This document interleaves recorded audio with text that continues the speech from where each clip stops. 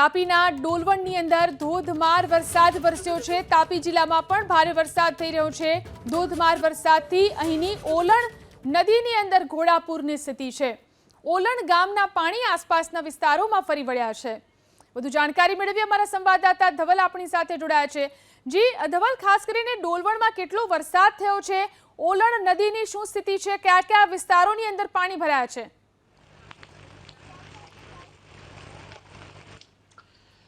બિલકુલ, તાપી જિલ્લાના ડોલવણ તાલુકામાં વરસેલા ધોધમાર વરસાદને લઈને ઓલણ નદીમાં પાણીની ભરપૂર આવક થઈ છે। દ્રશ્યો બતાવવા માંગીશ, આ છે ડોલવણ તાલુકાનું પલાશિયા ગામ, જે જળબંબાકારની પરિસ્થિતિમાં ગરકા કેટલાક ઘરો છે તે ઘરોમાં પાણી પ્રવેશી ચૂક્યા છે। ઓલણ નદીના પાણી પ્રવેશવાની સાથે જ જે લોકો છે તેઓની સમસ્યામાં વધારો થયો છે। ખાસ કરીને વરસાદે જનજીવન પર અસર પાડી છે।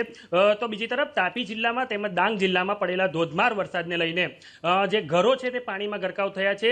રોડ રસ્તાઓ પાણીમાં ગરકાવ થયાની સાથે જ જે સ્થાનિક લોકો છે તેઓની સમસ્યામાં વધારો થયો છે। વરસાદ યથાવત છે। તો બીજી તરફ ડોલવણ તાલુકાના જે અંતાપુર છે, પલાસિયા ગામ છે, પંચોલ ગામ છે, ત્યાં પાણી ભરાઈ જવાની સાથે જ સ્થાનિકોની સમસ્યામાં વધારો થયો છે। ખાસ કરીને પંચોલ ગામે આવેલ આશ્રમ શાળામાં પણ પાણી પ્રવેશી જવાની સાથે જે વિદ્યાર્થીઓ છે તેઓને સહી સલામત સ્થળ પર ખસેડવામાં આવ્યા છે। તંત્ર સાબડું થઈને કામગીરીમાં લાગી ગયું છે।